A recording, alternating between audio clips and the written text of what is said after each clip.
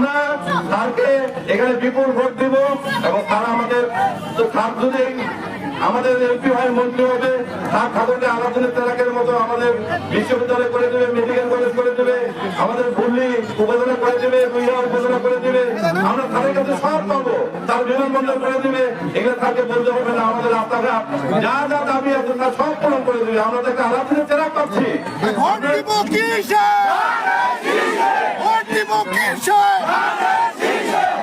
সবাইকে উদাত্ত আহ্বান জানাই, ভোট দেওয়ার জন্য উদাত্ত আহ্বান জানিয়ে শেষ করছি। আসসালামু আলাইকুম। বসো বসো বসো, ভালো কথা গাইছো না?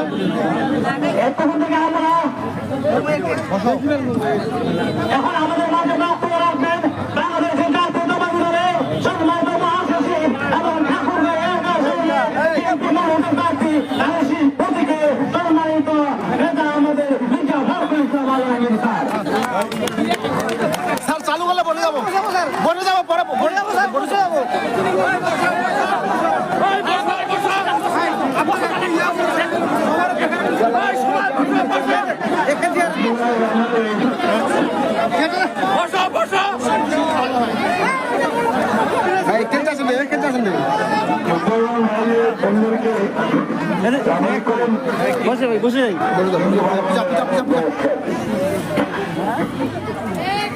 ভাইয়া মহাসচিব বক্তব্য দেওয়া শুরু করছে। আমার খুব পরিচিত এটা। আমি প্রথম যখন আপনার এই এলাকায় নির্বাচনের জন্য আসি, এমপি ইলেকশনের জন্য আসি, তখন এই সরকারিতেই আমি প্রথম এসেছিলাম।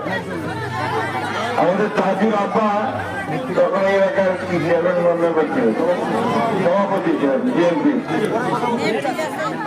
তখন এই আপনার কলকুটি মহাসচিব রামনিয়াহাট, পাকিয়ারাঙ্গি, এইদিকে আপনার বৈরাগীহাট, এখানে আপনার সরকারি এইসব এলাকাগুলোতে বহু ঘোরাঘুরি করছে। আমি শুধু 91 সালে না, আমি 96, 2001, তারপরে 14তে করি নাই, 8-এ করেছিলাম ইলেকশন, অর্থাৎ সব সময় ইলেকশন করছি। কখনো জিতিস, কখনো হারিত। যখন হারছি তখন কিন্তু আমি আপনাদের ছেড়ে চলে যাই। কথা কর তুমি ওই যে পাড়ায় গিয়েছিল বলছে, আমি কিন্তু আপনাদেরই ছেলে, আপনাদেরই ভাই। এই এলাকায় আমি তো আপনার এই এলাকায় রাজনীতি করতে করতে বুড়া হয়ে গেল, ঠিক আছে?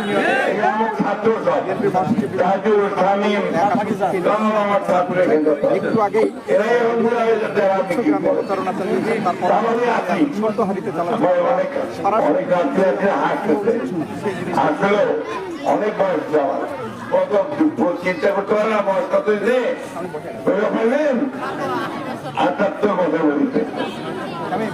78 বছর বয়সে আমি কিন্তু এখনো মনের দিক থেকে এখন একটা তরুণ আছি এবং আমি বিশ্বাস করি যে আমি এখনো অনেক কাজ করতে পারবো। আমি যদি সুযোগ পাই তবে এই এলাকার যে সমস্ত সমস্যা আছে সেই সমস্যাগুলো আমি সমাধান করতে পারবো। গত 15 বছর আপনারা ভোট দিতে পারছেন? সত্য কথা কইলেন, ভোট দিতে পারেন নাই। আগে ভোটের আগে রাত্রে সব ভোট হয়ে গেছে, যাও গিয়া, ঠিক না? আবার তখনও ভোটটা নিয়ে চলে গেছে, বলছে না ভোট দেওয়ার দরকার নেই, ভোট হয়ে গেছে। এই একটা 15 বছর গেছে। এখন একটা সুযোগ আসছে, আমাদের হাসিনা আপত্তি হয়ে গেছে ভারতে, ভারতে গেছেন, ভালো করছেন। এইখানকার যারা আপনার সমর্থক, যারা আপনার কর্মী পার্টি, তাদেরকে বিপদে পড়াইছেন কেন? বিপদে আমরা তাদেরকে যেন যে কোনো বিপদে পড়বেন না, আমরা আছি আপনাদের।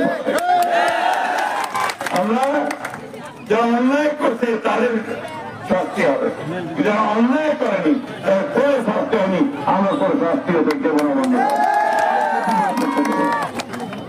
আমি চাই আমার মুসলমান ভাইদেরকে, বোনদেরকে, হিন্দু ভাই বোনদেরকে সবাইকে অনুরোধ করবো যে আসেন আমরা সবাই একসাথে একযোগে আমাদের এলাকার উন্নয়নের জন্য আমরা কাজ করি এবং এই উন্নয়নের কাজ একমাত্র ধানের শেষ করতে পারে আর কেউ করতে পারবে না। আপনারা কয়েকদিন আগে টেলিভিশনে দেখছেন খালেদা জিয়ার নাম শুনছেন, আপনারা শুনছেন? খালেদা জিয়া মারা গেছেন, তাই না? তার মারা যাওয়ার পরে জানা যেতে লক্ষ লক্ষ মানুষ আছে। ঢাকা শহরে মানুষ আর মানুষ সবাই যারা করছে আর কাঁদছে, ওটা আমাদের মা চলে গেল। তখন একটা আপনার মানুষ কখন কাঁদে যত আপন জন্য চলে যায়, তাই না? খালেদা জিয়া এরকম আমাদের আপন লোক ছিল। কেন? ওই খুব পরিষ্কার করে বলছিলেন, তাকে যখন ওই আগে সরকারটা বলছে যে তুমি 5 বার যদি দেশ ছেড়ে চলে যাও, সে পরিষ্কার করে বলছিলেন উনি আমাকে যদি তুমি মেনেও ফেলো, জেনে দাও, তাও এই দেশ ছেড়ে আমি কোথাও যাবো না। সেই খালেদা জিয়ার সৈনিক আমরা। আমরা সেই জিয়ার সৈনিক যিনি এই দেশটাকে স্বাধীন করতে, আমরা সেই জিয়ার সৈনিক যিনি এইখানে মুসলমান ভাইদের সম্মান দেখার জন্য সংবিধানে বিসমিল্লাহির রহমানির রহিম দিয়েছিলেন, আল্লাহর উপর অমিত আস্থা বিশ্বাস দিয়েছিলেন, আর সমস্ত ধর্মের ভাই বোনদেরকে তার ধর্ম পালন করার অধিকার দিয়েছিলেন। আজকে কিছু লোক আছে আমার ভাগ করে দেয়, হিন্দু আলাদা, মুসলমান আলাদা এটা করে দেয়, কিন্তু আমরা কি বাংলাদেশে আলাদাভাবে বাস করি? আপনারা এই এলাকায় আছেন, এক পায়ে হিন্দুরা থাকে, এক পায়ে মুসলমানরা থাকেন, একসাথে চলাফেরা করেন না? কোনদিন কোনো গড়ে হতে ওদের পূজায় আপনারা যান, আমাদের পর্বে ঈদের পর্ব আসে না, সবাই খায় না, ওই অবস্থাটা আমরা রাখতে চাই।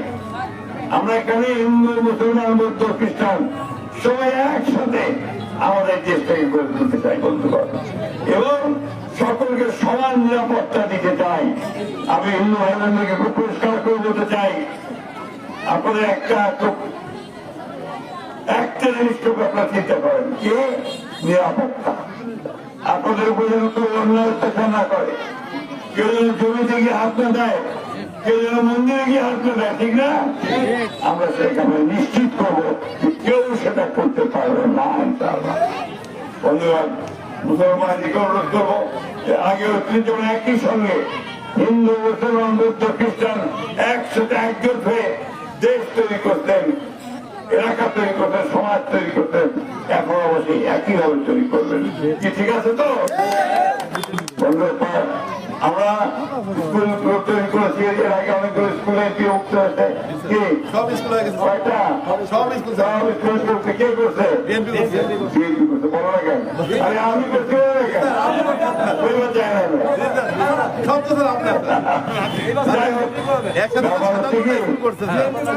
একসাথে এখন সংসদ নির্বাচন আর মাত্র কয়েকদিন পর, এই 12 তারিখে আমরা ফেব্রুয়ারি মাসে 12 তারিখে নির্বাচন হবে। একটা দল আসছে, দলের অন্তরায় পড়া কি ভোটটা আছে, কি কিসের কোন দল বলেন না কেন? দাঁড়িপাল্লা, তাই না? দাঁড়িপাল্লা আগে কিন্তু সরকারে গেছিল, কোন কাজ করছে? আপনাদের এলাকার কোন কাজ করছে?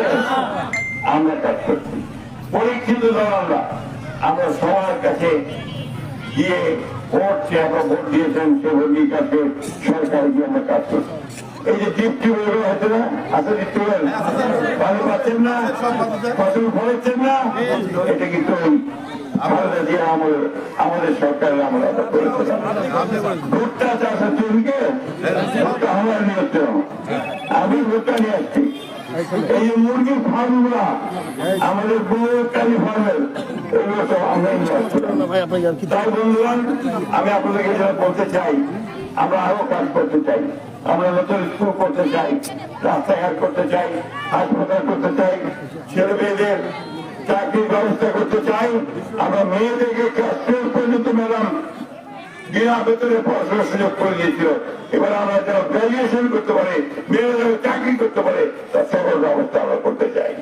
বন্ধুগণ, আমাদেরকে যদি সুযোগ দেন, ইনশাআল্লাহ আমরা এই কাজগুলো করতে পারবো। আমাদের উপর আস্থা আছে আপনাদের? আমাদের উপর আস্থা আছে? সত্যি কথা বলেন, থাকে দাঁত তো দেখায় একটু কি বলেন তো?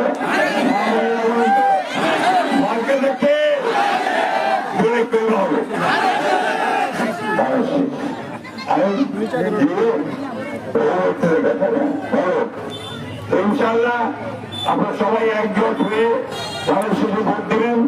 আমাদের নেতা তরুণ নেতা যুবক নেতা আসছেন, দেখেন থেকে টেলিভিশনে দেখছেন তারেক রহমান, ঠিক না? প্রেসিডেন্ট জিয়ার ম্যাডাম জিয়ার ছেলে বাপার মতে একেবারে দারুণ। সে কালকে সিলেটে গেছিলেন উনি, ওখানে গিয়ে বলছেন যে আমরা এই মায়েদের জন্য ফ্যামিলি কার্ড দিব। ফ্যামিলি কার্ডটা কি? ফ্যামিলি কার্ডটা মায়েদের একটা শক্তি। ওই কার্ডটা থাকলে ওই কার্ডটা দিয়ে মায়েরা ন্যায্য মূল্যে জিনিসপত্র কিনতে পারবে, হাসপাতালে যেতে পারবে, স্কুলে বাচ্চাদেরকে পড়াতে পারবে। আর কৃষক বাণী কিনলে কৃষক কার্ড, ওটা দিয়ে ন্যায্য মূল্যে বীজ পাওয়া যাবে, সার পাওয়া যাবে, সেচ পাওয়া যাবে। এটা হলে আমাদের সমস্যাটা কমে আসবে। আমরা হাসপাতাল উন্নত করবো। এখন যে সবাই হাসপাতালে যাওয়া যায় না, ঢুকা যায় না, চিকিৎসাই করা যায় না। এগুলো আমরা আধুনিক করবো, সবাই যেন যেতে পারে, সবাই যেন চিকিৎসা পায়, সে ব্যবস্থা আমরা করবো। বন্ধুবান, ন্যায় বিচার ইনসাফ কিছু আগে যে জায়গাটা গেছিলাম আলোচনা, ওকে বলছে আমরা বিচার পাচ্ছি না একটা মামলায়, আমরা ন্যায় বিচার যেন সবাই পায় সে ব্যবস্থা করবো। আমাদের এলাকার লোকজনদের নামে বহু মিথ্যা মামলা হয়েছিল, হয়েছিল না? কি বাইরে মিথ্যা মামলা? আমার আসামি হতেন না? সবাই আসামি হতেন। এই কথা আমার সরকারটা আমার মিথ্যা মামলা করছে। আমি কতবার জেলে গেছি আপনারা জানেন? জানেন আপনার ওই 11 বার জেলে গেছি, 11 বার, 3.5 বছর জেল খাচ্ছি।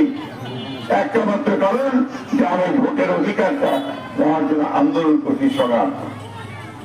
বন্ধুরা, এই যে লড়াই সংগ্রাম এই করে এখন একটা সুযোগ আসছে ভোট দেওয়ার, সে ভোট দিয়ে সঠিক প্রতিনিধি নির্বাচিত করবার এবং একটা সুন্দর সরকার তৈরি করবার। আপনারা করতে চান? করতে চান তো নাকি? ভাই বলেন, দাদা বলেন, তাহলে ধানের শীষে ভোট দিবেন? ঠিক তো? মামুনেরা ধানের শীষে ভোট দেবেন। আমরা ছাড়া কেউ দেশটাকে আগায় নিতে পারবে না। অতীত অভিজ্ঞতা থেকে বলতেছি, আর কেউ নাই এখন। ইনশাআল্লাহ আমরা সবাই আমাদেরকে ভোট দিয়ে সরকার গঠনের সুযোগ করে দেবেন, আমরা আমাদের উন্নয়নের কাজগুলো করতে সক্ষম হবো। সব শেষে আবারও ওই কথা বলতে চাই, মার্কাটা কি বলেন তো? মার্কা কি? মার্কা কি? আসসালামু আলাইকুম।